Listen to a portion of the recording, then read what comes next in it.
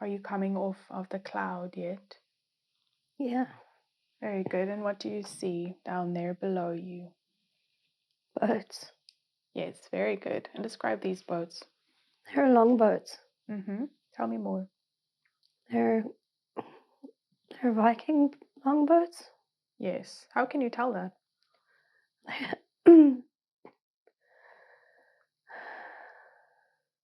The prow is in the shape of a dragon. Yes. And describe this dragon. It has a grimacing mouth and great goggly eyes. Yes, very good. Tell me what else you see. You can kind of look around. I can see the wooden pier, and there's if you turn your back to the ocean, there's a row of like sea with ocean going. Oh, Can you just describe what you see? And where are you in relation to these boats? I'm standing on the pier. Yes. I'm going to look at my feet. Yes, very good. And what's the first thing that you see? I have like leather boots on, but they're very rough. They're handmade. Yes. And look down at your body. What do you notice about your body? It's a man's body. Are you wearing anything on your body? I'm wearing a tunic. I've got a belt around my waist. Yes. And I have a beard. Are you healthy or unhealthy in this body? I'm relatively healthy. Are you young or old in this body? I'm old. Are you carrying anything in this body? Many years. Are you carrying anything physically in your hand?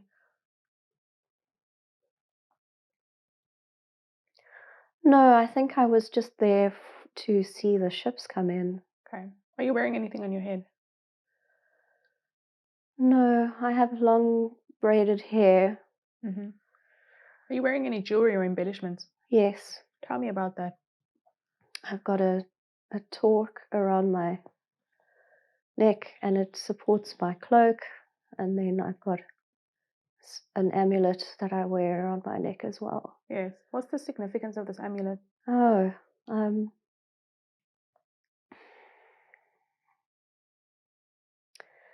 it identifies me as the medicine person. Who would you have to administer medicine to? Well, there's always a lot of men that need healing when they come in from the ships. Yes. How so? What do they do when they go out on the ships? Oh, they go out raiding. They enjoy fighting way too much. How do you feel about that? It's a useless pastime. Why is that? Why do you believe that?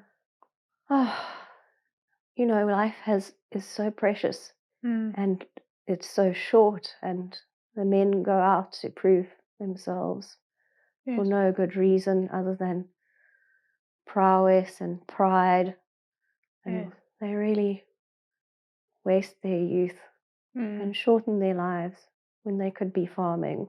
Yes. How do you feel about farming? Well, it's far more useful to society and to their families. Yes. Okay, but you're saying this kind of gives you a job or work at the end of the day to kind of administer medicine to them. It does. Tell me about that. It's an interesting position to be in because you are the administrator of medicine and the way shower of souls in and out of the reality and out of this dimension. What do you mean by that? Showing souls in and out. What does that mean? Well, you're there at the side of the person who's dying. If they are mortally wounded or if somebody is diseased, you're there to comfort the person as they go on their way to their next incarnation. So it's a kind of dual function, isn't it? Yeah. Okay. And how did you learn how to do this work? Oh, I was I was apprenticed to an older man, the previous healer. Yes. And how does this work? How does the medicine work? Where do you get it? Tell me about the process. So I do a lot of herbal medicine. So I go out into the forest and I forage for herbs, and then I prepare them according to the recipes that were given to me, and I bless them, and then I administer them according to whatever is going on with the person's health at the time. It's interesting because this culture is it's very superstitious. There's a lot of spirituality happening, which every single leaf, stone, and insect is under the auspices of a god. There's spirits in everything. So when somebody has come to the end of their wheel of life, their wheel of time, then you're there to apply the medicine and hope that the gods see fit for the person to stay in this reality or move on to the next reality. And do you believe in that, in the gods and in this kind of the structure of thought? I'm kind of I am circumspect to this experience. How so? I believe in the spirits of nature. I believe in that nature is a force and that it is to be revered, and that each and every plant has a spirit in it. So whenever you administer a medicine, you're transferring the spirit of that medicine into that person's body. That person's body will take up that medicine and either use it to its health, to serve its health, or it just might kill them. You never know. It's a kind of it's a fated application of medicine. The fates are gods, goddesses that look over everybody and have everybody's life in their hands ultimately. So I do what I can, but at best I'm a steward of the fates. So whatever happens, it happens. Yes. Okay, very good. And you're saying you're standing on this pier now. What are you exactly doing there? I'm waiting for the men to come in and seeing whom I need to take care of. Are there more of you? I'm just the one in the small village. There is a shaman who's more in the practice of exorcisms and spiritual practice. But I'm not on his caste level. I mean, we're not on equal terms. Yes. How are you different? I'm more of a nuts and bolts kind of maintenance person, whereas the shaman, the high priest, is more of a executioner of spiritual law. Okay. Okay, and you're saying you're waiting for these individuals to come in now. Yes. What else do you see? You can kind of just progress the scene. Let's find out what's happening here.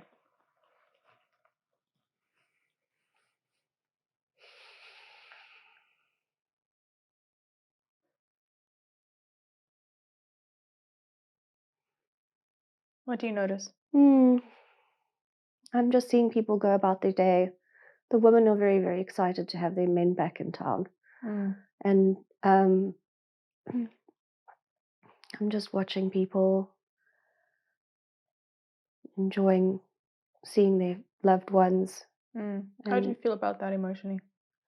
Oh, it's a good feeling. It's good to see people appreciating one another. Yes. And is there anyone that you're administering medicine to, or are your services needed? Yeah. At the moment, not so much. Yes. If anything, somebody will find me if they need something. Okay. So what do you do after this then? I'm just going to go back to my house. Okay. Wait, can you describe this house? It's a low wooden structure with a pitched roof which meets the ground. It's Yes. thatched. Mm. The door is wood. The whole thing is made out of timber, whole pieces of timber, Yes. which have been split, and then And what you find? Sorry, go ahead. the floor is dirt. You open the door, and when you walk inside, at the far end of the structure, there's a fire pit Mm-hmm. where all the cooking and socializing takes place, and that's where my bed is as well. Okay. And is there anyone there? There's my wife. Tell me about her. We've been married for a very long time, and she's a good woman.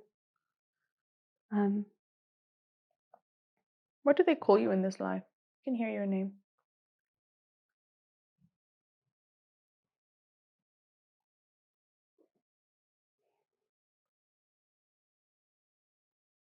Morgan. Mm-hmm. Very good. Okay, and sorry, go ahead. What is happening in this house? She's just pottering around and she's preparing things. She's always busy. How do you feel about that? I've got a very deep affection for her. She's been a very good partner. Mm-hmm. I'm very grateful for her. Mm-hmm. Anyone else in this house? No, Mm. we never managed to have children. Why is that? The fates decided that wasn't part of our life. Yes. So we tried for many years, and that was the way things were. Okay. Okay, is anything significant happening in this house? It's very peaceful.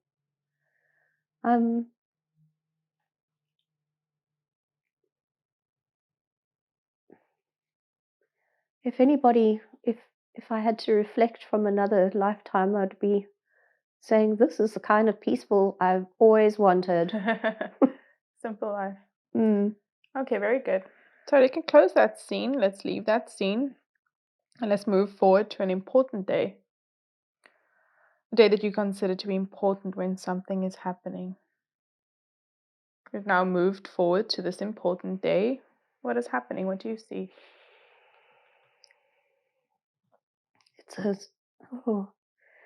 It's a great gathering of all the tribes in the local area, and we are celebrating a big festival of the sun. Yes. What do you mean a festival of the sun? The sun is a god, and we are busy taking care of the preparations for the festival. Yes. What does that entail? It means getting great amounts of food ready because we're going to have a communal meal together, and making sure that everybody has enough to eat and drink, and there will be games. There will be a ritual bonfire. We're going to lead our cattle through between two bonfires to make sure that they are fertile and produce many calves in the next season.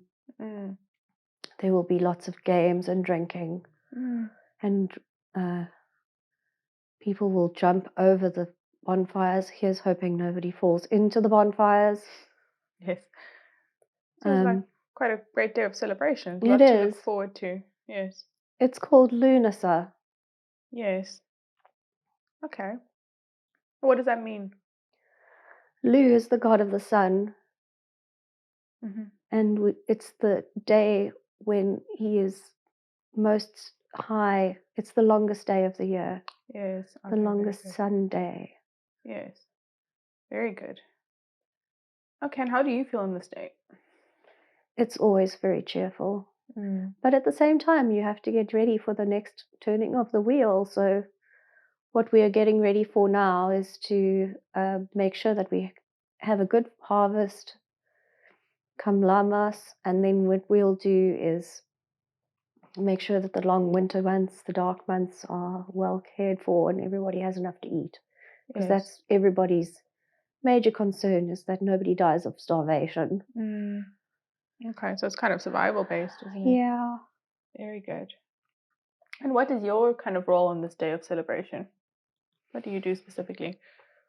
I just make sure that everybody has some of the youths and some of the people enjoy mushroom tea.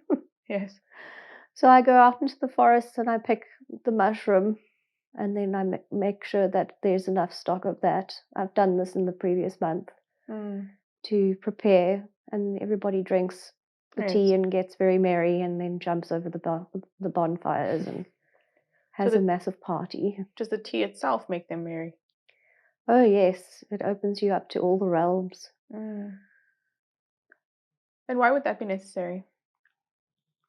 It helps connect you to your spiritual origins. And it's good fun. Yes. Does it have any side effects? A horrible hangover. Okay. Is that, I'm assuming, the next day? Yes. Okay. Okay, anything else happening here? What else is standing out for you?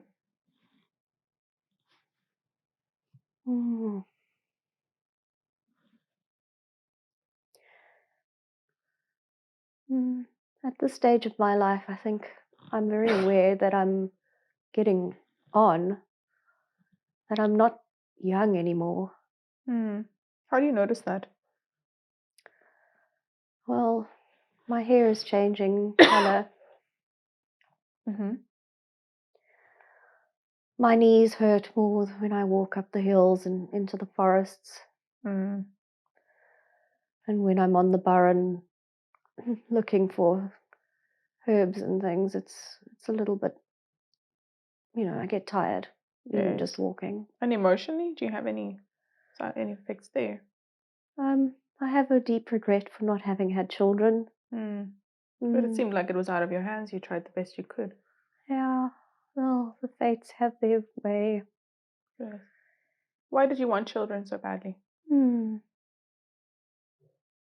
I don't know. I think it's a big part of our culture to pass your line forward. And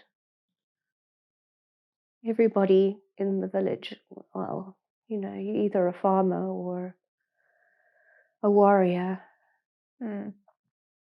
I had hoped I would have sons so that I could go into my dotage knowing that my wife would be well taken care of. How will she now be taken care of if you were not around? Oh, she'll become a dowager. She'll be taken care of by another family. Okay, so there is help for her then. Yeah. She won't be completely destitute. Okay. Okay, so let's leave that scene again. You can close that scene. Let's move forward to another important day where you consider to be important, a day where something is happening. We've now moved forward to this important day, and what is happening? What do you see?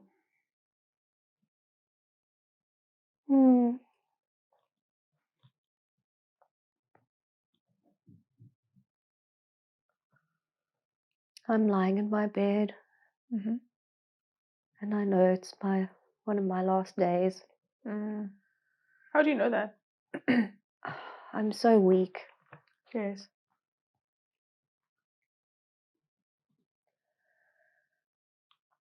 How does your body feel? It feels very thin, and there's no power left in my muscles. Yes. How do you feel emotionally? I'm sad. Why is that? I feel like not enough got done in this lifetime. Tell me about that. It was just, I did my best. But there was so little scope within the culture to really spread your wings. What would you have How would you have had it any different? Maybe I would have moved to a different town or village, Mm. but it was just not the thing to do. Mm. It's difficult to move around.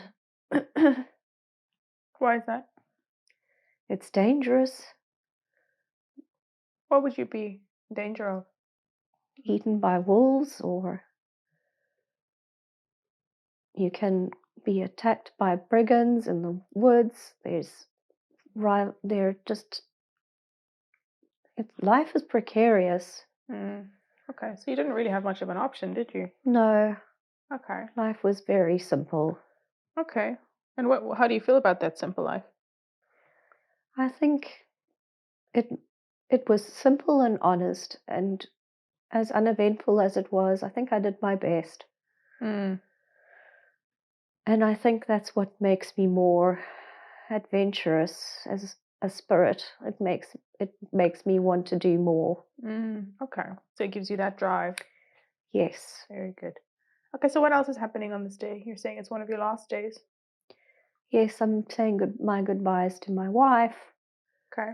And I'm leaving her all my possessions, and I'm hoping that another lad from the village will take up my profession, and then nobody will go without attention, medical attention. Did you teach anyone else the trade?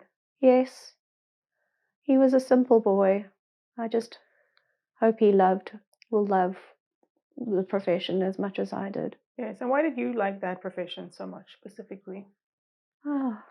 Because of its connection to the earth and the connection to nature and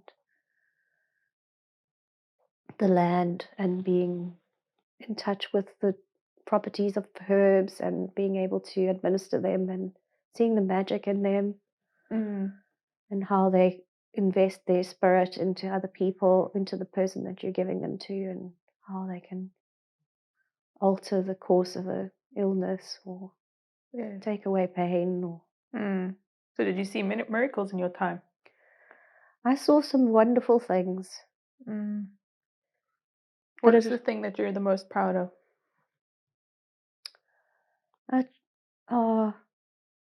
Assisting a woman with a newborn child who was he was born blue.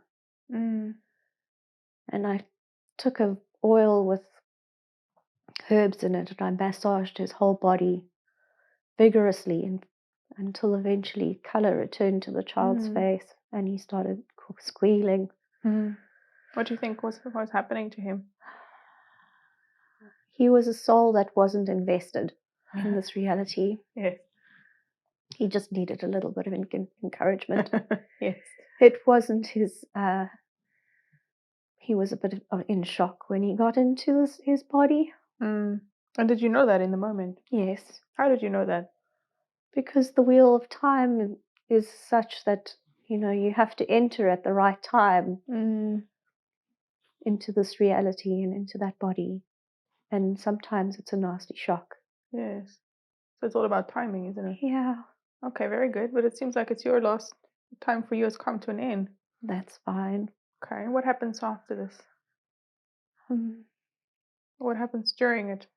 What is happening? What can you see? What do you notice? I get so tired and my eyes just close and I fall into a very deep sleep. And then the sleep just continues and continues until I feel myself being drawn out of my body and into the next life. Does it happen immediately into the next life? Or is there some kind of in-between state? No, there is a bit of a waiting.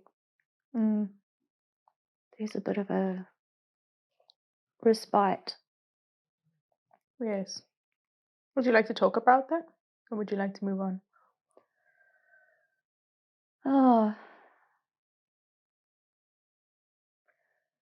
Let's go forward. It's fine. Okay. So whatever happened, we can close that scene. So whatever happened has already happened. And you're on the other side of it, and from that position you can look back at the entire life and see it from a different perspective. Every life has a lesson and a purpose. As you look at the life, what did you learn from it? To be satisfied Mm-hmm. and grateful, and to love very deeply, and to love the land and live simply. Do you think that that lesson was learned in that life? It was. Mm-hmm. What do you think was the purpose of that lifetime? Every now and again you get a break. It's not all uphill. So it's about the uphills and the downhills. Yeah.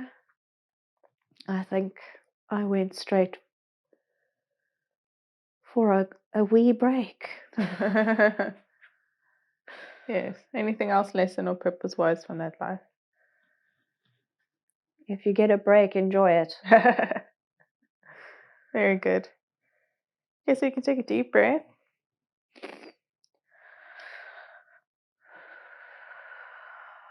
Okay, so let's move away from that scene, leaving the person there to continue on their own path. You can move either forward or backward to find another appropriate time and place that has information that you need. And you are now at another time and another place. What do you see? What is happening?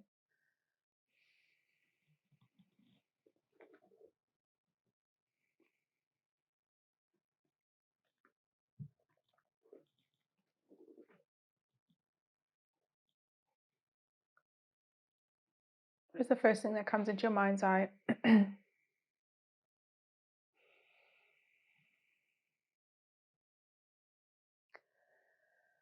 Oh, I'm lying on the floor of a forest. Yes, very good. Describe what this forest looks like. It's dark. Tell me more. It's cold. It's full of brambles. It's at the foot of a castle. And why are you lying on the floor? I'm hiding. Tell me about that. Why are you hiding? I've been chased through the forest. Do you know who's chasing you? Oh.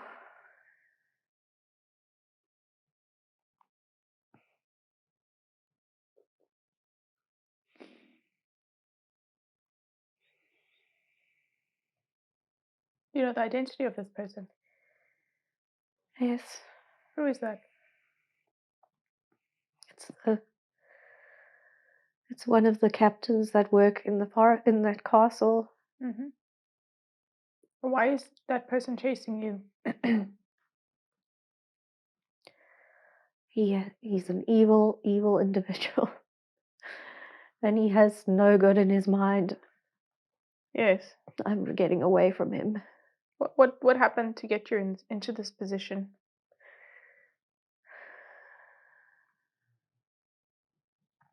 Earlier in the day, I'd gone into the castles because there's a market inside.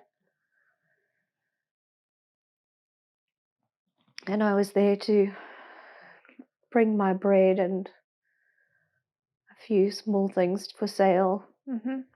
And he started making lurid comments and jeering at me.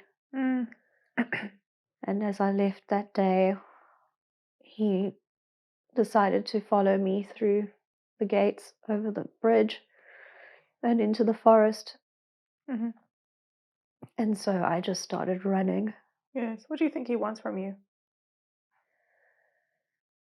He certainly isn't after me for my dress or my money.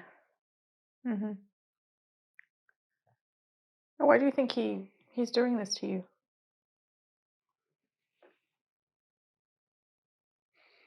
He's just an opportunist. Okay. And is he able to see you? You say you're in hiding, right? No, he can't see me. Are you male or female in this body? I'm a female. Are you young or old in this body? I'm young. Are you healthy or unhealthy? I'm healthy. Are you carrying anything on you? Only my money and my basket. What is in the basket? It's empty right now. It had all my produce in it. Yes. But that's okay. If necessary, I'll abandon it. I'll Okay. come and get it tomorrow. Are you wearing any jewelry or embellishments? No, Are you wearing anything on your head? I have a cap on my head. What is the purpose of that cap? It's to keep your hair clean. Why would your hair get dirty? Because nobody uses soap on their hair. Mm-hmm. You just wash it with water maybe once a year. Mm. And to keep your hair clean, you brush it and you braid it and you put it up on your head. Okay, so that's common practice, right? Yes. Very good. Okay, but you're saying this man, he can't see you now, right? How do you feel emotionally there? I'm panicked. Okay. I'm terrified. Yes. What do you think is the worst thing that can happen to you? He will rape me. What does that mean for you? It means I'll be shamed and I'll never be able to get married. Is that common practice or in the time that you're living? Yes. What happens then? If you're raped, then you're a fallen woman and then you cannot get married and then you can never ever have a house of your own and you will live forever on the street. But how is that practice if you can't control it, if you are victimized? That is how the society works. Yes. It's the Christian church that set that up.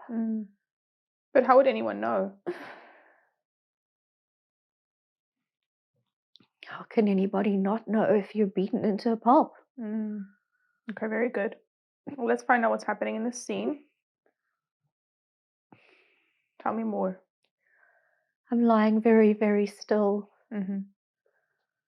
Oh,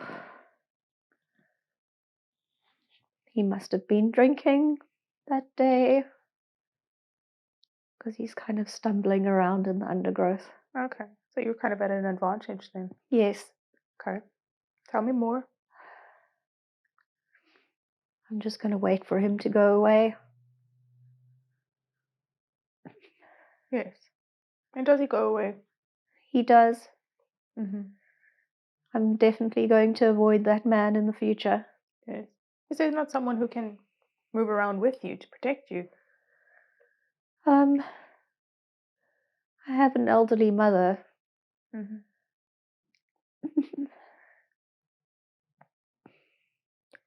But I don't want to put her in danger, and she's too full of aches and pains and complaints to leave the home. Are there any males in your family? No. What happened to them? Were there ever males? Yes, they just died of illness. Okay. Do you know what kind of illness? They got a fever. My father got a fever, and he coughed and coughed up large quantities of blood, and he had open sores on his body, and eventually he died. Okay, very good. Okay, but you're saying this man, he does eventually goes away, right? Yeah. What happens after that? I'm going to walk home as quietly as I can through the forest. And it won't take me long. I know a shortcut. Yes. Very good. So do you make it home? Yes. What happens there? Then I have to see to my mother, make sure that she's comfortable, make a meal. It's not very elaborate, but it'll do. Seems like you have a lot of responsibility. You know, either you're lucky and your parents arrange a marriage for you. Yes. Okay, so we can leave that previous scene you were watching. Let's close that scene. Let's move forward to another important day. A day that you consider to be important when something is happening. We've moved forward to this important day. And what is happening? What do you see?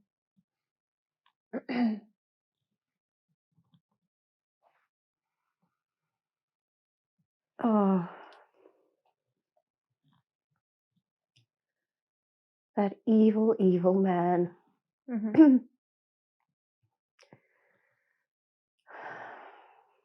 he went to the local priest and he told him that I was a witch because I live alone with my mother and because I didn't acquiesce to his request.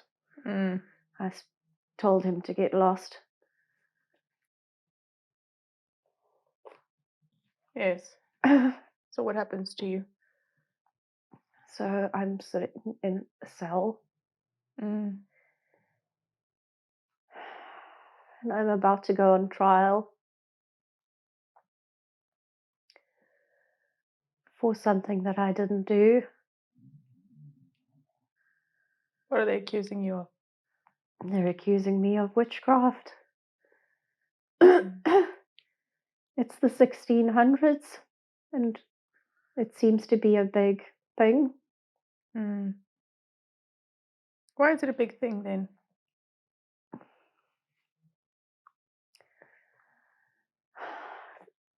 The king went to fetch his bride across the sea from Scotland to Denmark, and there was a massive storm that almost capsized his ships. And when he arrived in Denmark, he said that the storms were raised by witches, and he's created this fever of witch fear and hate. And he wrote a book which kind of guided the clergy into setting up trials for women. Yes. Okay. And what were these women? Were they witches, or what were they? Why were they accused in the first place? Women weren't necessarily witches. They may have been accused of bad, like foul language in public. They were outspoken. They just weren't Christian women, so they weren't subservient and married and observant of their husband's wishes. They just couldn't be controlled. Correct. Yes. Okay. Kind of like what happened in your case here. Yes. How do you feel about that? Pretty angry. Yes. And I feel like religion has failed me. Were you religious? Or are you religious? In that lifetime, I was observant. And I was a Christian. But it seems I'm going to be put on trial as a bride of the devil for no good reason other than for spurning somebody's attention. Okay, you're saying you're on trial now, but you're kind of imprisoned. Yes. What happens in this place? It's a horrible, dank, rat-infested, damp, hollow. It's a cell. Yes. Okay, very good. And it stinks. Yes. Is anyone else there? There are a couple of other miserable witches sitting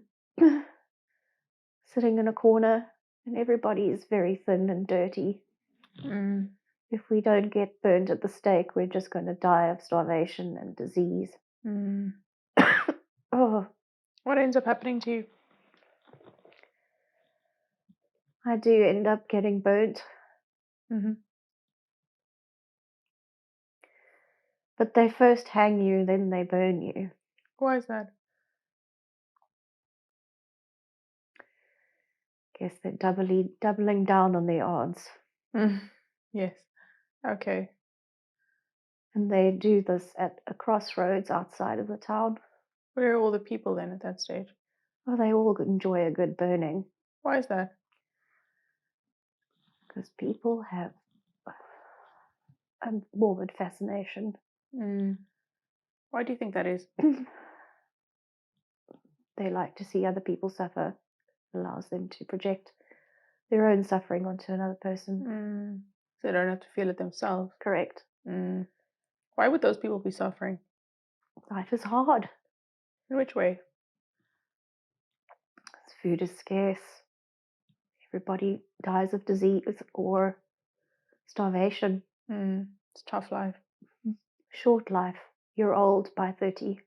How, in which way are you old? Life takes it out of you. Mm. You'll lose most of your teeth by 30. Mm. And you look ancient. Mm. If you get to 50, you're very lucky. Yes.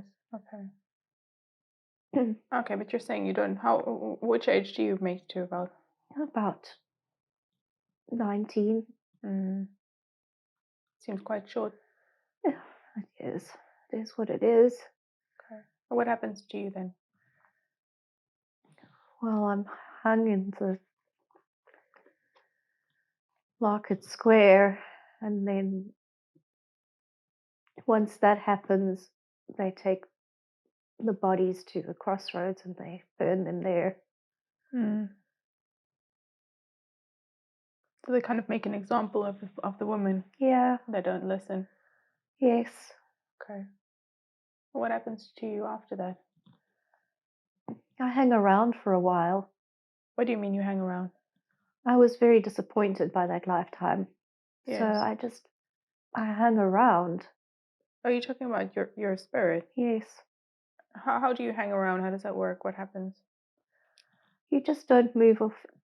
You don't find the door to the next incarnation straight away, or to the next dimension straight away.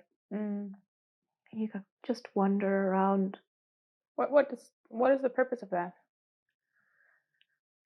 It's a time out, I guess. And why did you not want to leave? I didn't know any better. I think I was the disappointment held me there. Yes. What was the great disappointment about? About investing so much importance in religion and the patriarchy and believing in the goodness of people. And that was all I was so disappointed. Yes. Okay, very good. And then do you eventually leave that place?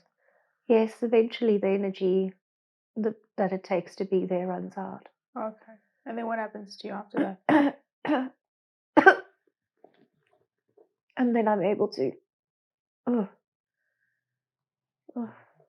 then I'm able to move into the next phase of existence or energetic state. Okay, so whatever happened has already happened and you're on the other side of it. And from that position, you can look back at this entire life and see it from a different perspective. Every life has a lesson and a purpose. As you look at the life, what did you learn from it?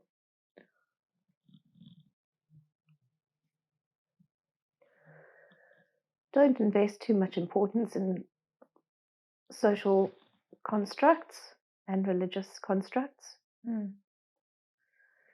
Make up your own mind. And it's okay to be different, and it's okay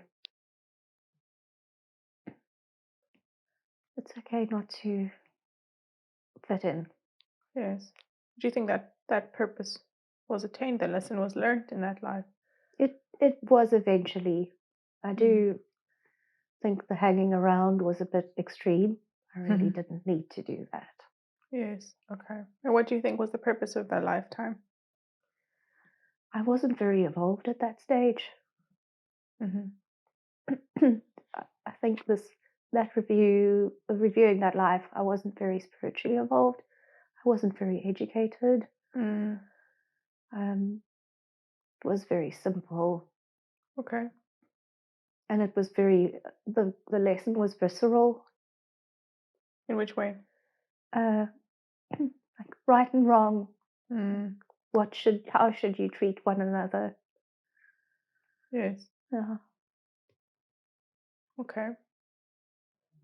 Okay, where would you like to move now? Would you like to move to your life review or move on to the next experience?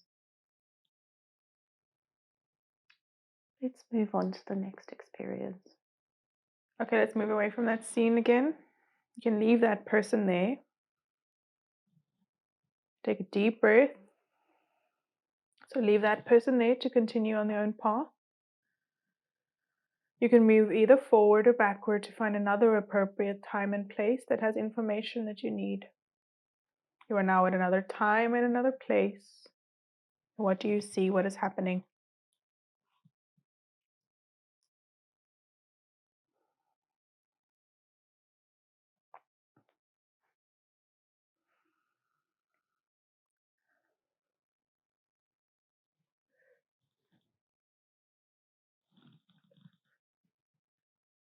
What is the first image that pops into your mind?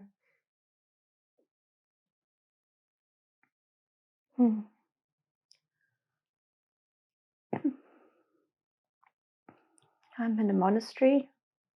Yes, very good. What does it look like? It's so beautiful. Mm-hmm. I'm wearing a brown habit and I'm with my brothers and we're walking up and down the cloisters. I'm quite young and I'm very excited to be there. Why is that? Because this is the beginning of a long journey and it means safety for me. What do you mean it means safety? What means safety? Life is very short and difficult. It's around the 1300s, so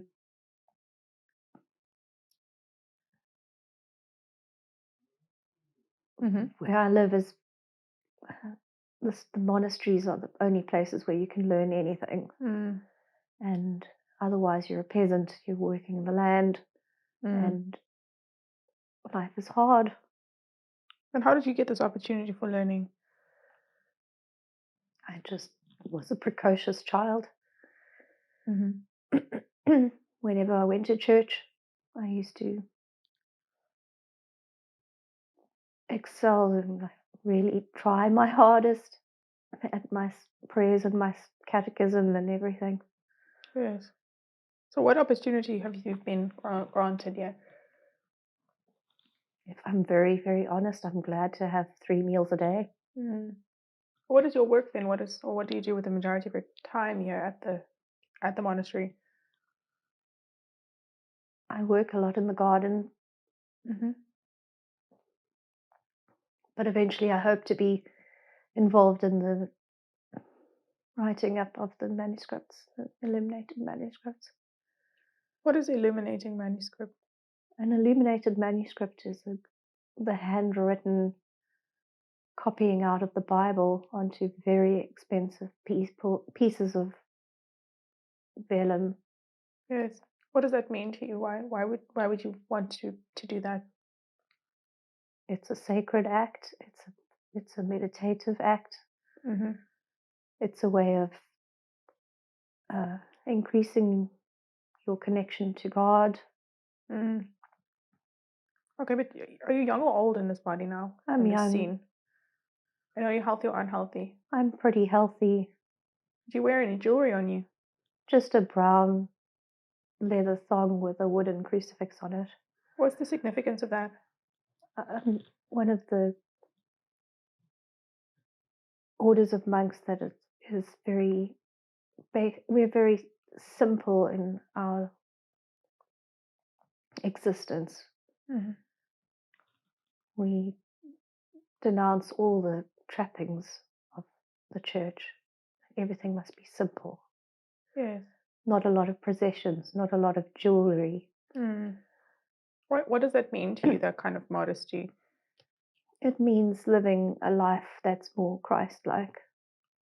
And how do you know what Christ was like? In my heart, I sense that he was God realized as man. So in that sense, he wasn't a wealthy person. He was a peasant. And I'm a peasant. Okay. Okay, is there anything else happening in this scene? Anything significant? I really admire my brother, who's the choir and music master. Why do you admire him? For his wonderful musical sense, and that he has this gift of music. Yes, does he play any instruments? Yes, he plays the organ. Okay. But you said you were with your brothers. Are there any more? Yes, we are a whole monastery full of brothers. But you said you're a young girl. No, I'm a monk. Oh, okay, very good. Okay, so you call them all brothers. Yes. Very good. Okay, let's find out what else is happening here. Anything else significant in this scene?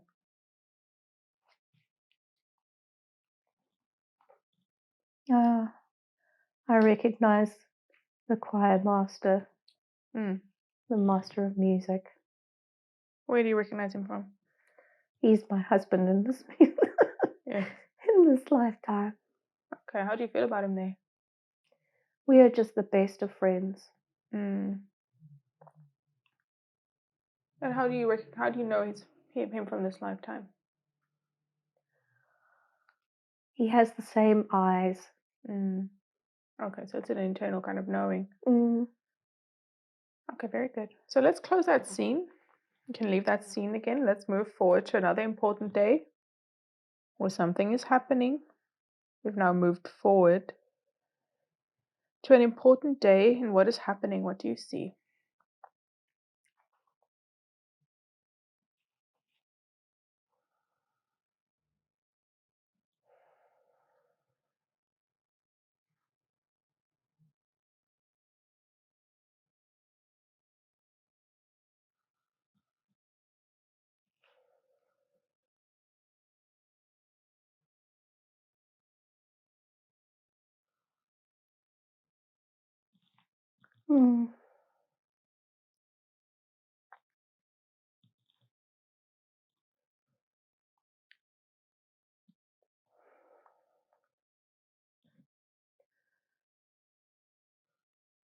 I can't find an emotion to attach to, navigate forward.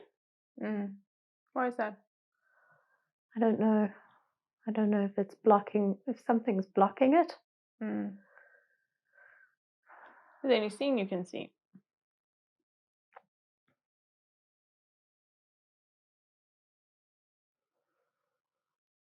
Oh, I can see a stream, a stream of monks going in and out of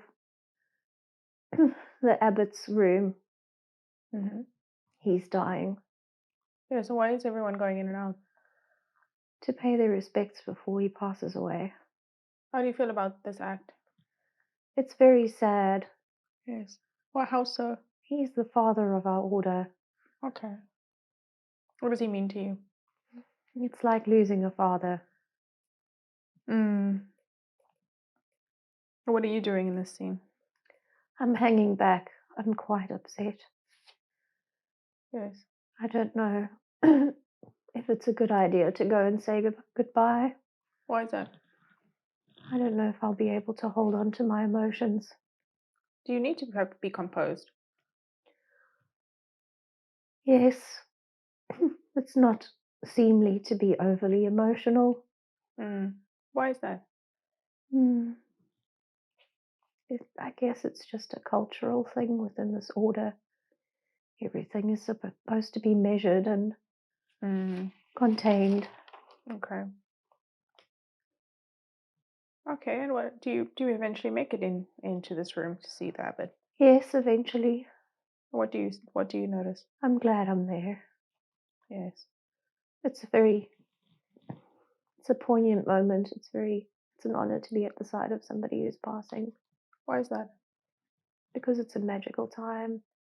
Why is that a magical time? It's when a soul goes out of a body onto its next journey. Oh, very good. Did you say anything to him? I just thanked him for his service. Yes. Can he respond? No, he's so frail. Okay, very good. But it's okay. A great amount of love comes out of him, even if he's that frail. Yeah, he seems to be a good man. Very. Very good. What happens after this? He passes away and the monastery is plunged into mourning. So we go into a cycle of prayers and masses for him. His body will be, he was very, very holy, so his body will be, for want of a better word, chopped up. Part of it will be buried with us, and some of it will go to Rome. Okay. What's the purpose of kind of separating the body like that? It's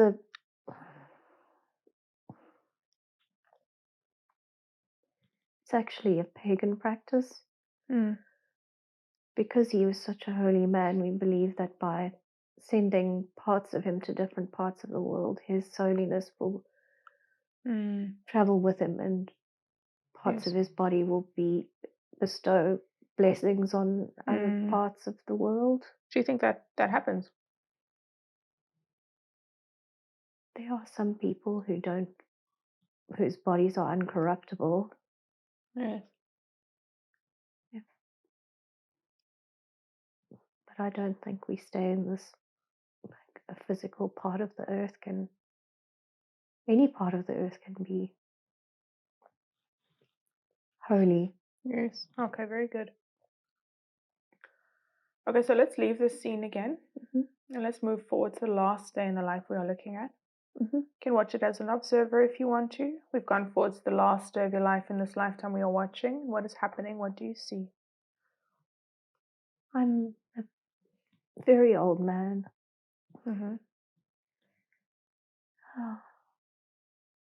I'm surrounded by younger monks. Yes. Most of my friends have died already, so I'm fortunate to have gotten to this age. How do you feel about your lifetime that has passed?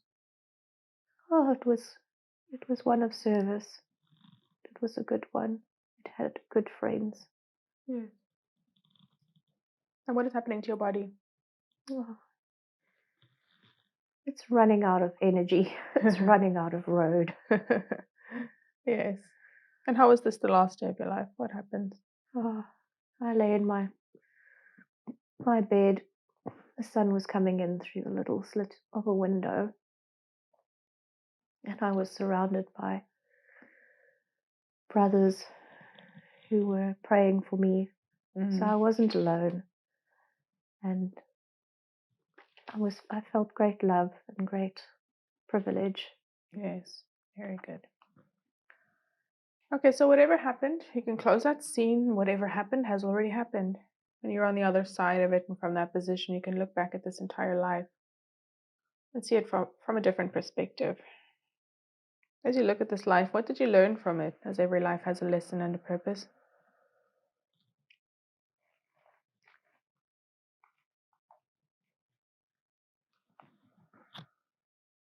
To be of service, and that every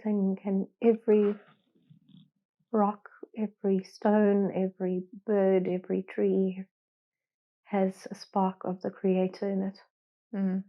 Even in the junk that you throw out, the Creator's in the junk. How is the Creator in the junk? So, as human beings, we often look at things and consider, oh, this is useful, oh, that is not useful. But even in the depths of your DNA, where there is what they call junk DNA, Yes.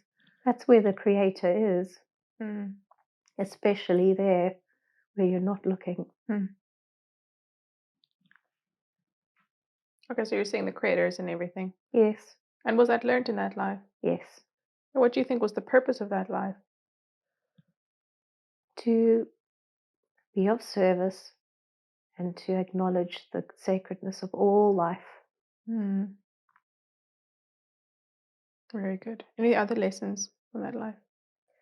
That music is a frequency and that it communicates and it activates the human spiritual consciousness in ways which are very, very powerful. Yes, beautiful. Okay, very good. So you can take a deep breath now. So you can drift away from that life again. We're drifting and floating away from that life, leaving that man there to continue on his own journey. He will find peace. He will find what he's supposed to find. We're leaving him there to continue on his own journey. He will find peace. He will find what he's supposed to find. We're leaving him there to continue on his own path. Now I want all of the consciousness and personality of Kathy to once again return to the body and fully integrate back into the body. May I speak to Kathy's subconscious, please? Yes. Okay, I have permission to speak to Kathy's subconscious. I respect the power of the subconscious because I know the subconscious takes care of Kathy's body and does a very good job of it. I also know the subconscious has the records of everything that has ever happened to Kathy in this lifetime and all the other lifetimes she has ever lived. So I respect the power of the subconscious, and I always ask for permission to speak to it and ask questions. Do I have permission to ask questions? Yes. Okay, I know the subconscious could have brought forth many different lifetimes for Kathy to see today. You chose to bring forward a lifetime in which it seemed to be like a medicine man in the Viking era. She didn't seem to have children with her partner at that time. And she said upon dying that she didn't get enough done on this lifetime. And there wasn't really scope to spread wings. Why was this lifetime chosen to show her today? In this lifetime, Catherine hasn't had any children either. Yes. It's okay. There's no judgment. Not everybody is a vessel for the bringing forth of new souls into this dimension. Why is that? Why did she specifically not have children? Because she's a curse breaker. Tell her about that. Curse breaking is when a lineage has got a genetic and karmic collective debt to pay. She doesn't have to pay that debt. That debt is not on her to her account. So there isn't a lesson that needs to be passed forward to the next generation to learn. Is that what you're saying? Correct. Okay. It is not in her genes to continue that particular lesson. And her and Christopher's genes do not contain that collective lesson. Why does it happen that she doesn't have that lesson? She's taking a very different path to that of her collective familial line. In spite of her childhood and in spite of all the trauma and in spite of all the horrors that she may have lived through as a child, she's decided very consciously at a very young age to veer off and cleanse her line energetically going forward. That is not to say that she won't have any positive effects and lineage or legacy to pass on to future generations. She won't do this through her DNA. She'll just do it through her teachings. Okay. So you're saying she will always almost integrate this lesson in herself in this lifetime. Yes. But it does not need to be passed forward. Yes, and her lessons will be transferred to other people so that they can in turn decide for themselves if this is a path for them. Yes, very good. Okay, we'll get into that questioning later about the teaching, but can you maybe just talk about, is there anything else she was supposed to get out of this lifetime? Because it seemed like she didn't really reach her full potential. She felt like she didn't reach her full potential in that lifetime. What does that have to do with her lifetime now? I think she was more of an adventurer than she even gave herself credit for in that lifetime. She may not have gotten on a ship and gone off raiding or explored the vast oceans, but she did, as Morgan, experience a lot of the natural world. And that information came to her quite early on in her 20s, and she became very fascinated with the Celtic Scandinavian way of being. And she has had previous memories of Scandinavian lifetimes. But in this one, as a man, it was a different configuration. And because of the expectations within that society, men were very much expected to be action figures. Yes. So for her to become more of a scholarly figure and more involved with nature wasn't up to the social expectation. What does that have to do with her life now? She's still in. Catherine is still interested in herbalism. Yes. But she realizes that it is another vast bank of study. And right now, she is interested in the way the body creates its own chemicals rather than putting things in. Okay. I think that's where her focus needs to lie right now, right? Yes. Okay. Yes. We'll get into that later. But just about the floor, when she was in the forest, was being chased by, it seemed to be quite a cruel man. And she was then at the end kind of burned at the stake or persecuted for something that she didn't do. Why was this lifetime shown? That lifetime was about sovereignty, sovereignty of self, and how one can, actively be persecuted by a society if you go against or if you get on the wrong side of a societal norm. And fortunately now these societal norms don't exist in the same way. But she has lived in relative hiding for a very long time and is only now able to safely and with more acceptance express her views and her practice her form of healing. Yes. Well, because there is more freedom now, right? Much more freedom. She's safe now to speak her truth in that sense. Yes, and there's no fear of burning. Okay, but it seemed like there was also kind of a perpetual threat of being raped, and then you would be a fallen woman, and the church kind of set it up this way. What does that have to do with her life now? Well, it was the last thing on Catherine's mind was getting married very young. So she had to deal with the judgment of living in sin with her boyfriends at that whenever she was not, before she got married.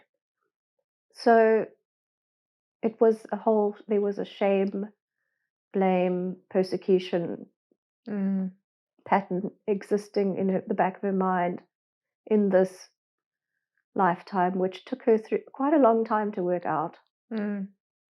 So every time she moved in with a new boyfriend, she was like, oh my God, it's just a matter of time before the pitchforks arrive. Okay, what is the message for her though? Just live your truth, even if you end up on a pyre. God damn it. Okay, and what about the kind of his life in the monastery? Seemed to be there was an opportunity for a lot of learning there, and her husband in this life was the choir master there. Yes, and that's their connection. It's music. It's the frequency of divinity links the two of them together.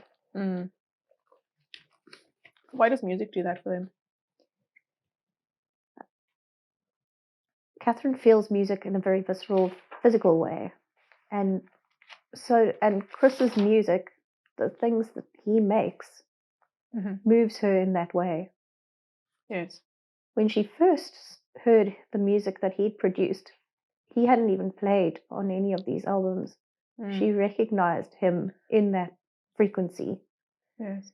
And then when she finally met him, it was like a lightning bolt to the head.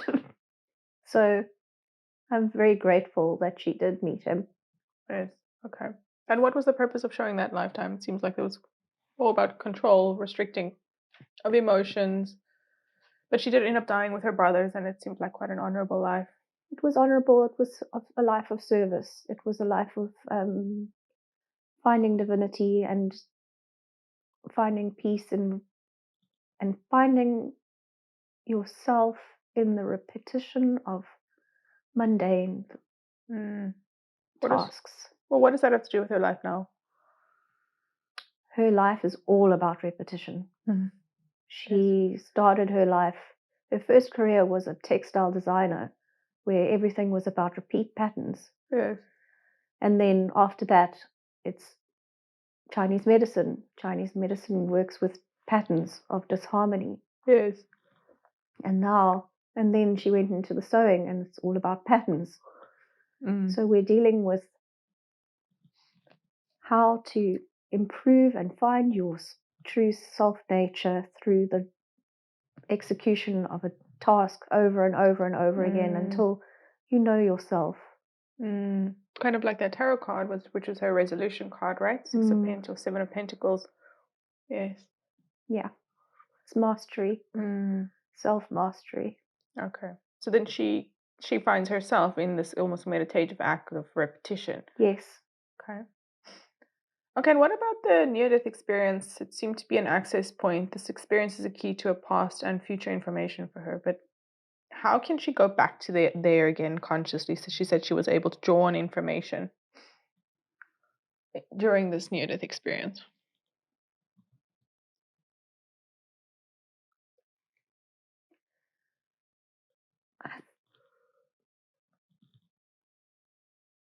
I'm feeling that those moments when she's able to communicate at that level happen in moments when she is most calm, when she's most in a position where she's least aware of her physicality, or most comfortable in her physicality. So if she's in the shower, messages are able to come through, ideas are able to come through far easier, just because of the act of the comfort of water on her skin just calms her nervous system down to the degree where that kind of emotion, that conduit can open up. Yes. So how can she recreate that effect and have this information flow?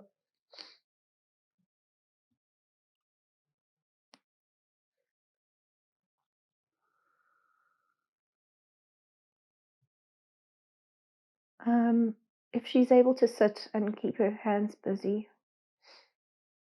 and relax her mind and really focus on the heart. So even if it's just lying next to her cat and feeling the purring of the cat and feeling that love exchange, because there's this expansion that happens through the chest. That will open up a conduit. Yes. But she also wants to teach this kind of information to the greater good. How can she do that?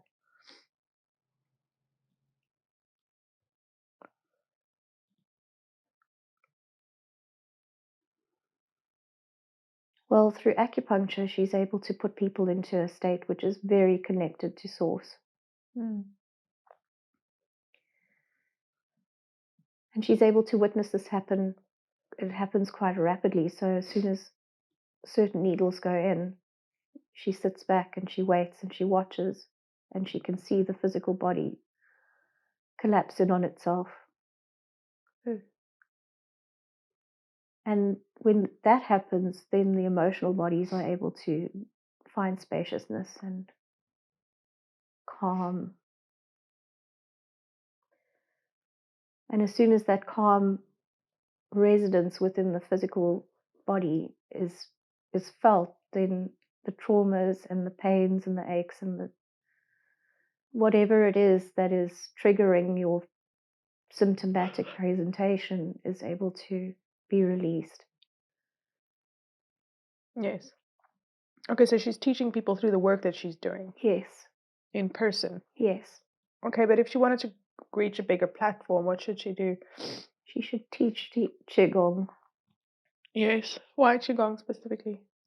It's gentle and it's accessible.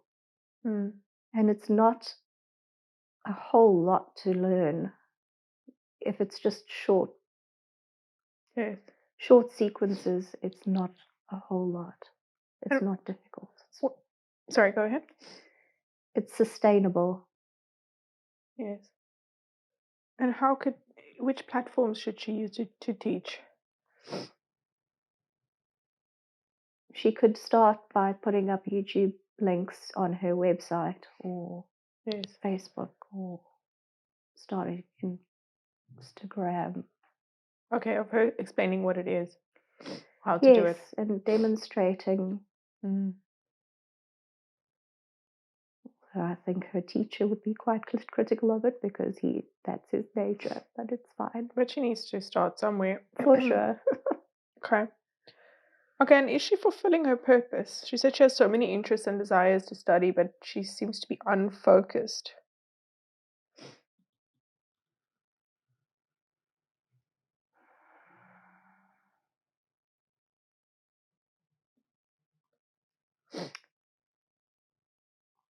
Yes, she has a lot of things on the go. Her brain is like a chipmunk jumping from one branch to another.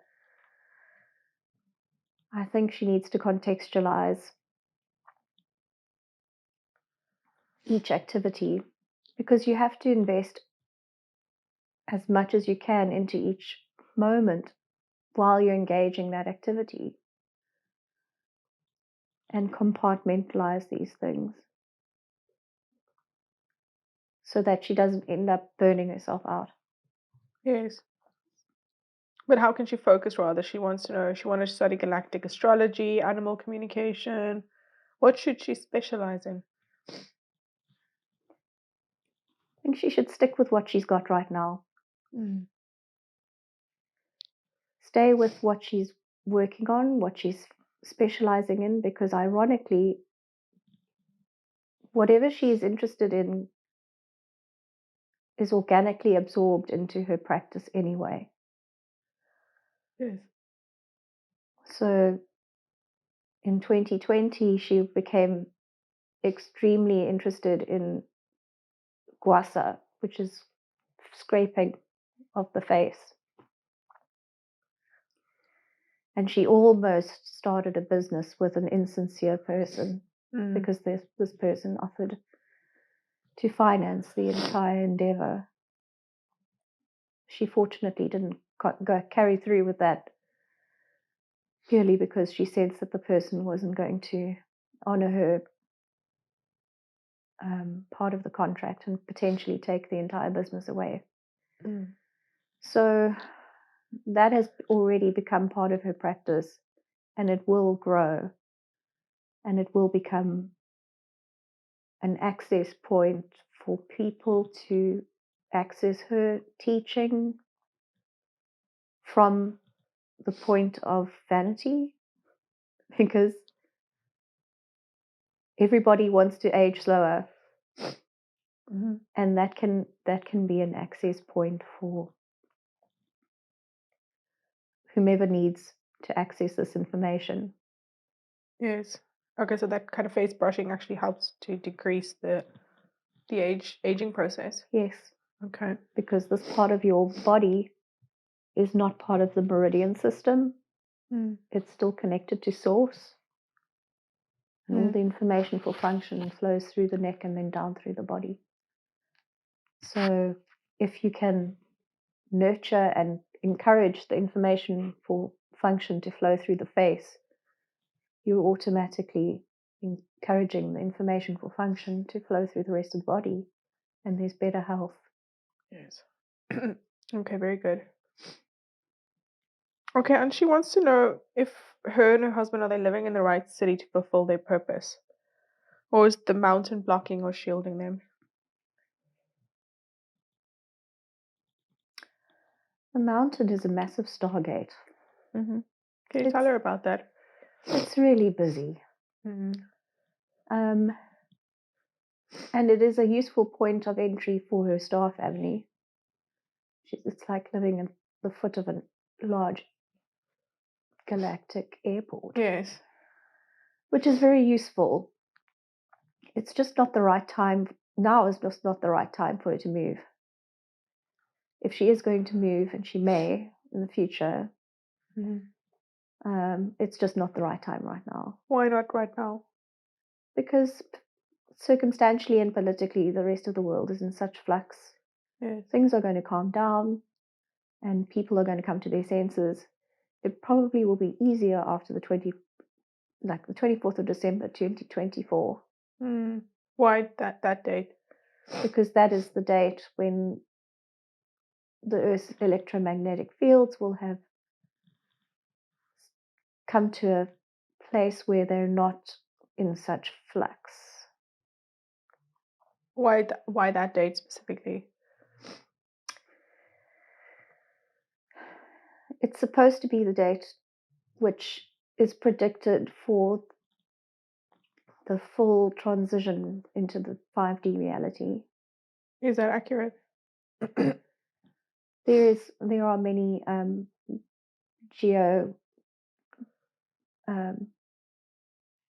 Rory Duff.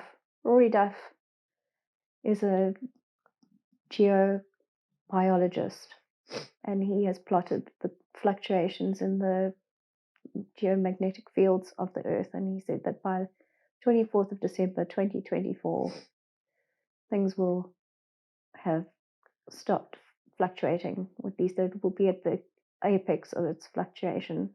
So after that, it signals the age of a new age for humanity. Okay, and you're saying she should rather move after that? Yes, because then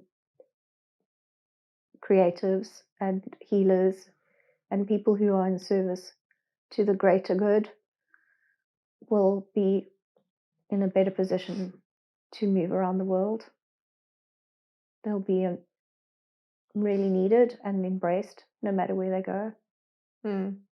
Where should she move to then? Scotland would be good. Why is that? It's expansive, it's welcoming, the people have a good energy, and geographically, astrologically, it's a good place to be. For her? Yes. Okay, anything else about moving? She doesn't have to be panic-stricken about it. Mm-hmm. If it's going to happen, it'll happen with ease, and it will be something that will happen naturally and organically. Yes, but it seems like they're struggling a little bit financially being in Cape Town. Is there any information on that? Christopher's on a good track right now in that he's getting into the African music. He needs to invest more time in African music. He's good at it. Mm-hmm. It's like if you're going to go into any other part of the world and expect to create music that's completely disconnected from the culture of that society, it's going to be just, out of frequency with the local place. So he's onto something. He just needs to keep pushing forward and be patient. Okay. And for her financially? How could she improve her financial state? She's doing fine. She just needs to keep putting one foot in front of the other and not burn herself out. And she's doing better at that. Okay, and she's remembering a lot of information on traditional Chinese medicine. Does she have a past life there? And how can she access that information? Oh, yes, she definitely has a past life there. All she needs to do is to relax and contemplate whatever she's learning right now. The information that she gets from her teacher is always expanded within her consciousness by the time she gets home from the lesson. She's on the right track. She's just impatient. Okay, but you're saying if she can calm her mind, she can just access those lives or that information. Yes. And she must be confident. She knows what she's doing. Yes. So it's an art. It's not a science in the traditional sense. Because the person performing the acupuncture is the tool. You can perform acupuncture with no needle, and she knows this. So what she needs to do is have less faith in the needle and more faith in herself. Yeah, it's more energetic work, isn't it? It is. So when you're applying the needle, or the thumb or the massage what you're doing is you're aligning yourself with your self nature and source. You align your body, and then the person that you're treating is induced into a change within their energetic field. Like an induction stove works. You just go near it and you make a change. In fact, she doesn't even have to touch people. She can just sit near people and then go into that state of connection to source and all that is, and the person's body will start to change. Okay. But if the person's body doesn't change, would that be considered an unsuccessful session? No, because what happens sometimes if you're in a session, you may need 5 sessions because what's happening is the person's depleted. So you may have to spend 5 sessions building the person up before conditions are right for a change. Conditions only change when things are ready to change, like seasons are ready to change. Yes. Okay, very good. Okay, just getting back to the prosperity. She wanted to know if there's anything else they can do to unlock the prosperity and start having fun at the same time, because it seems to be more about the daily grind, and then it takes the joy out of life and the sparkle is left. Can you give her advice on that?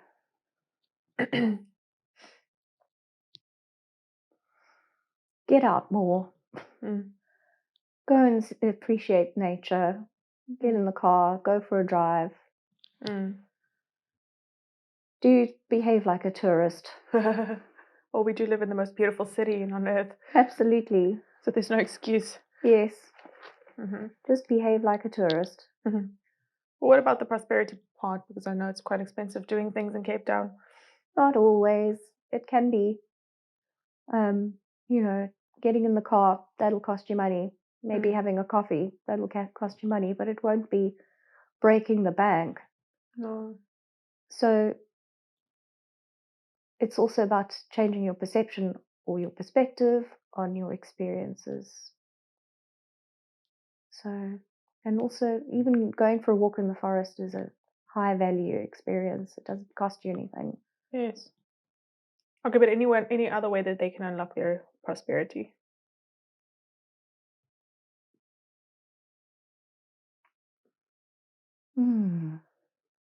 They can make music. Together. What would they do with that music? Christopher must just find a way to start sharing it. Yes. He has access to, he has a channel on Apple Music and Spotify. Yes. So just put the music out there. Yeah.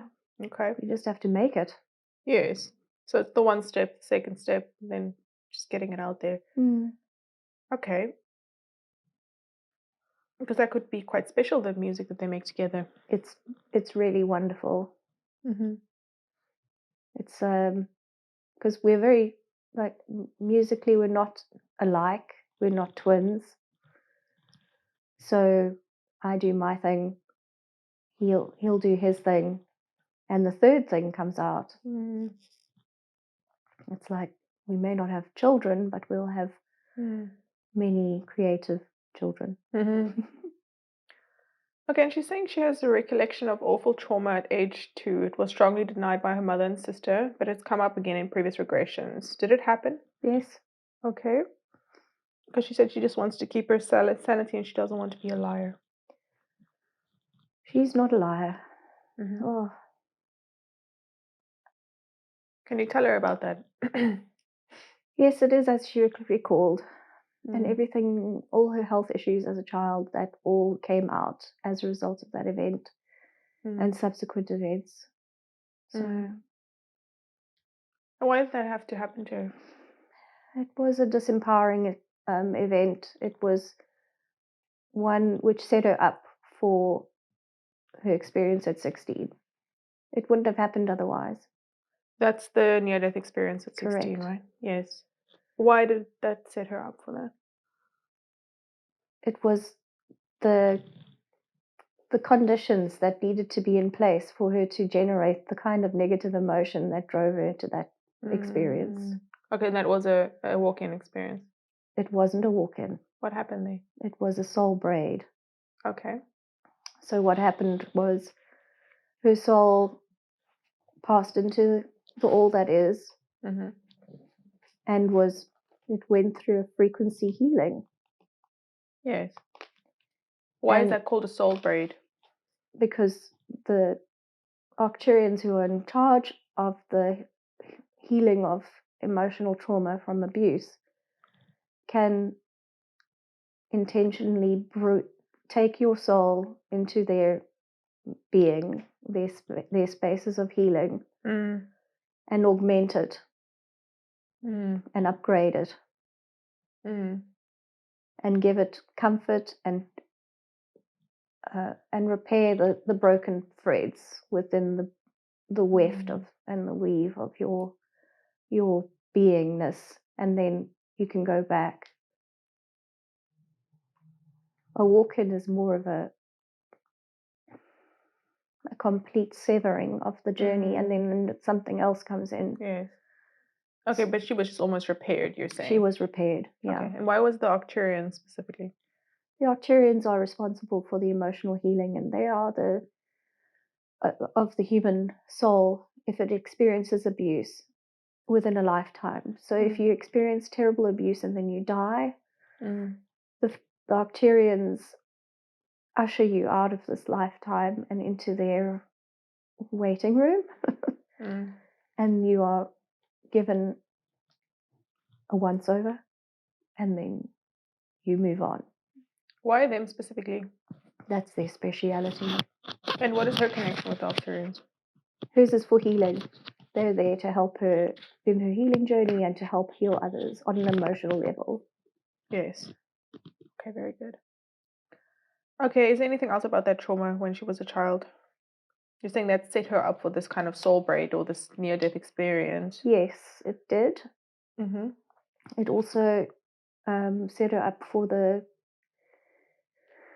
connection to the Arcturians much later. So they only came to her in 2020. She didn't even know that they existed. How did they come to her? She had signed up for a homeopathic trial. Yes. If that were a thing. So she was taking a remedy called immortality, which is an energetic remedy patterned on the chemical makeup of the immortal jellyfish, which is a creature that lives in the ocean and nobody can date an adult or a juvenile. So the jelly moves into adulthood, has its tentacles, reproduces, and as long as it doesn't get eaten or sick, it just, once it gets to the end of its life, it drops its tentacles, becomes a polyp, and goes down to the bottom of the ocean. And it becomes a juvenile again, and then when the conditions are right, it will come up and become a full jellyfish again. Incredible. And the whole cycle will go over and over again. So Catherine started on this trial, and the first thing that happened was her heart chakra cracked wide open. Yeah. And by the 6th day of being on this remedy, she had disconnected from time. Time was not a concept anymore. And within that concept, within the lack of time, trauma didn't exist, because we timestamp trauma in our existence.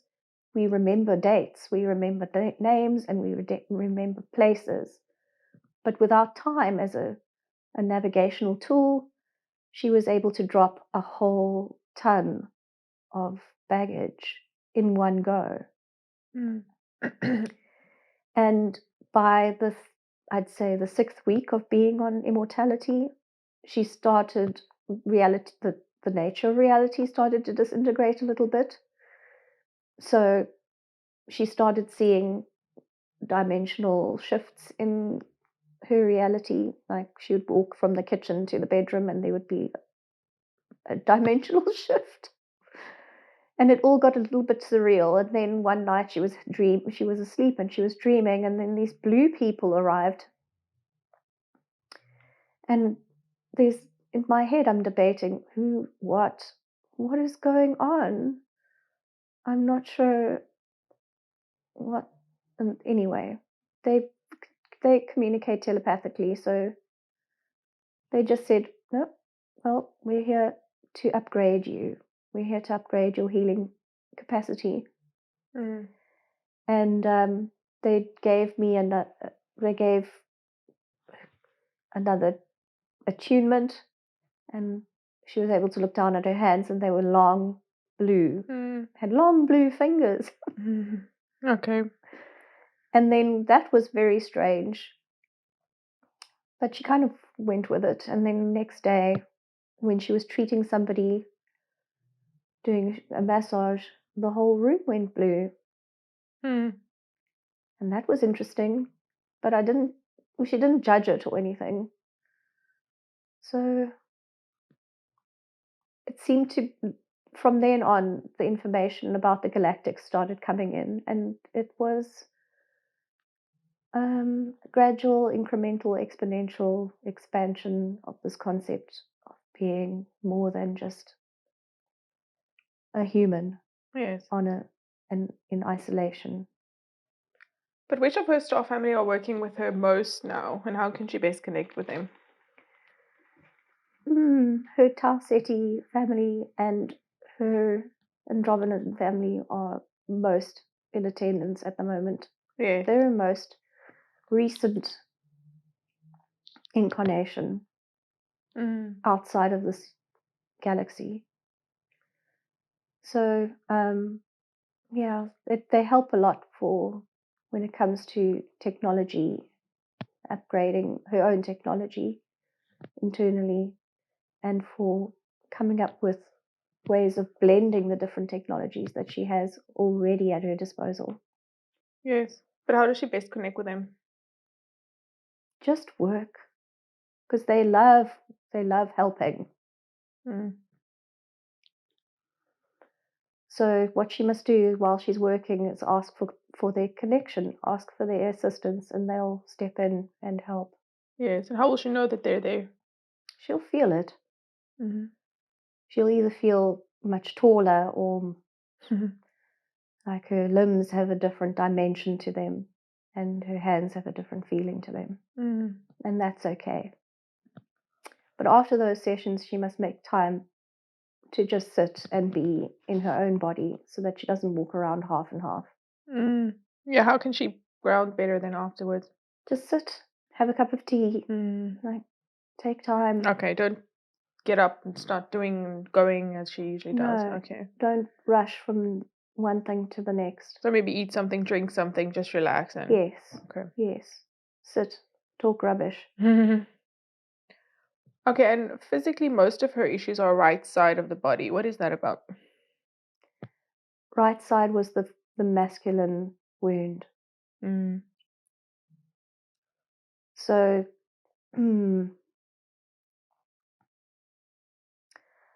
yeah, all her trauma to her body manifested right side because of her what happened to her as a 2-year-old. Okay, so with the trauma with the divine masculine in that case. Yes. And how can she heal that?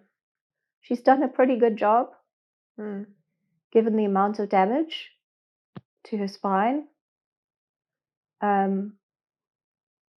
She must just keep, if there is sensation, and we use sensation instead of pain, if there's sensation in that side of the body, she must just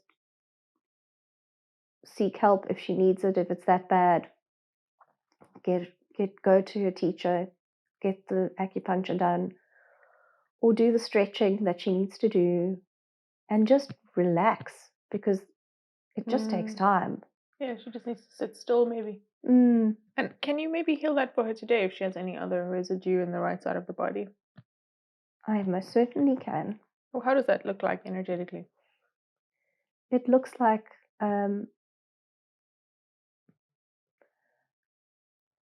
blue streams of glittering light that can come in through the top of her head. And it's going to cascade down and weave its way through her body, through the spine, and into that space in the sacrum on the right. Why that space? That's where the wound is.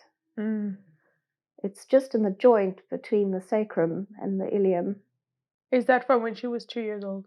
Yes. Okay. think she was dropped. Mm. Or there was an impact there.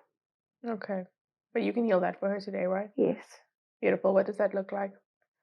It looks like a little vortex of squiggly blue sparkling energy. Yes. And is it closing that gap?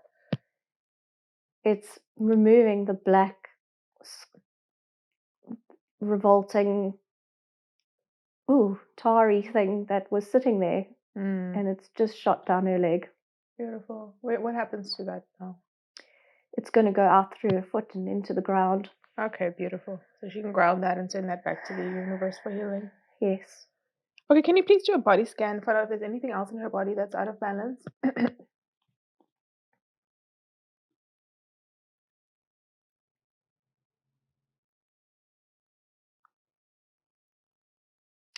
Her kidneys and her lungs are very tired, but that's okay. Can you rejuvenate them for her?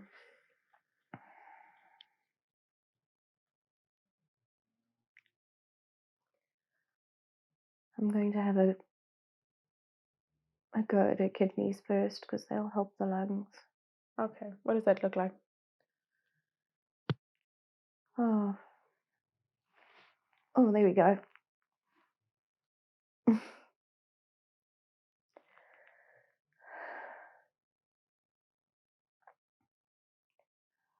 It's still, it looks like light surrounding the kidneys.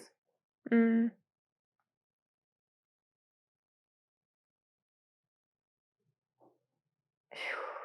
And a jolt just went down the spine and through the sacrum and into the ground. Yes, beautiful. Well, that's a good technique to use, isn't it? To use the light coming in kind of from the crown into the weak point and then sending it through the feet for grounding. Yes. And why are the kidneys so tired? The kidneys are the battery of the body. And so when you put in a lot of energy and you experience a lot of stress, they get tired. They're very small. They're Little only the size of your ears. Little batteries. Okay, and what about her lungs? Can you help her there? Yes.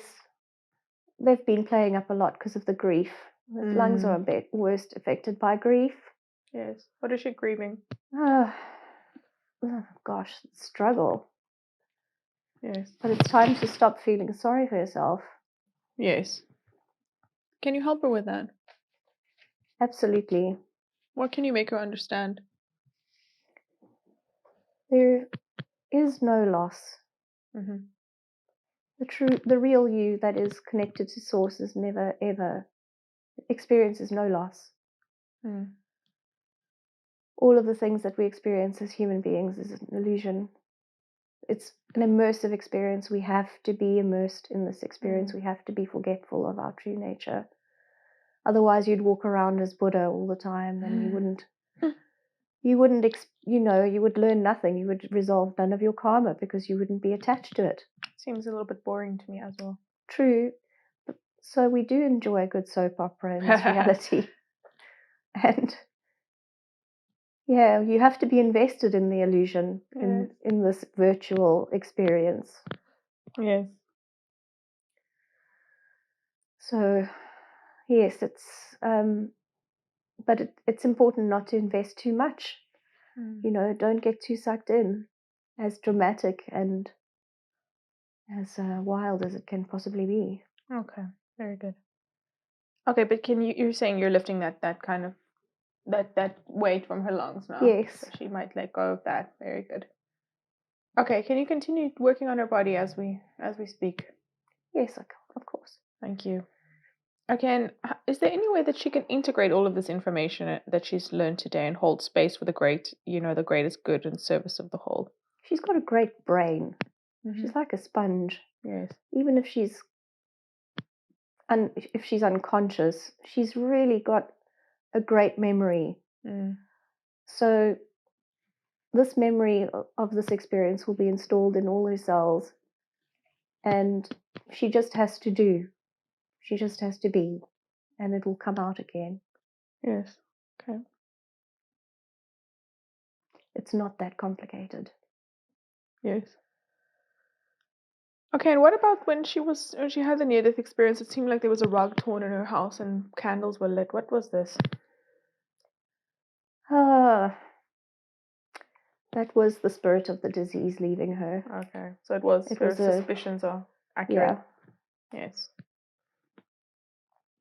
Okay, very good. Okay, and why did she need a QHHT session today? Well, I think she was destined to meet you, for sure. And it's going to open a whole new channel within herself of not only being able to heal other people, but herself. So that's the first thing you do. When you start to heal yourself, you're able to start healing other people. Yes. Well, healers need to do the most amount of work healing on themselves before they can really go around doing it.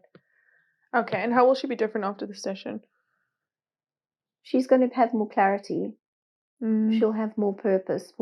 There'll be less ambiguity in what she's doing. She'll be more confident, and the people that are around her who are her clients will have more reverence for what she's offering. Okay. There'll be no quibble over what she has to offer. Okay, so she'll have more trust in herself and abilities, her own, and the technique. Yes. Okay, so it's more about trust. Don't doubt. Don't doubt, just do. Okay. Okay, any last messages for her today? Stop being so bloody serious. Have fun. Have fun. It's a wild journey. It's long. It's full of adventure. Your body will create many, many challenges for you and lots of excitement.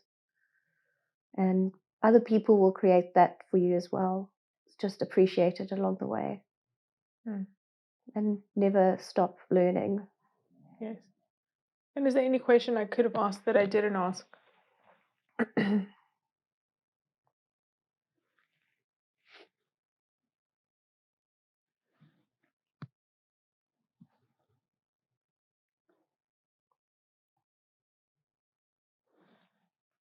Can I have a word with my dog? Well, can't she have a word with her dog?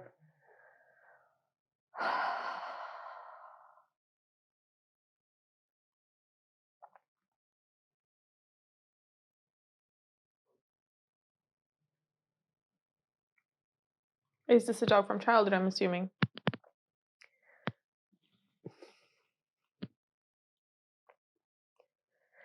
He's my boy that passed 19. Yes. He was 19 years old. And we were together for 19 years. What is the name of that dog? Oscar. So are we able to make contact with Oscar today? Yes. Okay. What is Oscar saying to her today?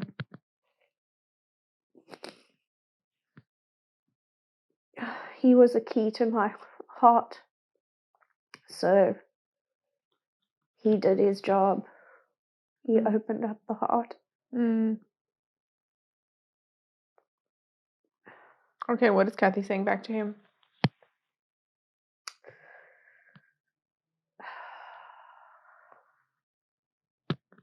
I'll see you later. So he did his job on this planet. He did. And he still hangs around her. He still lies next to her. Puts his head on her shoulder. Okay.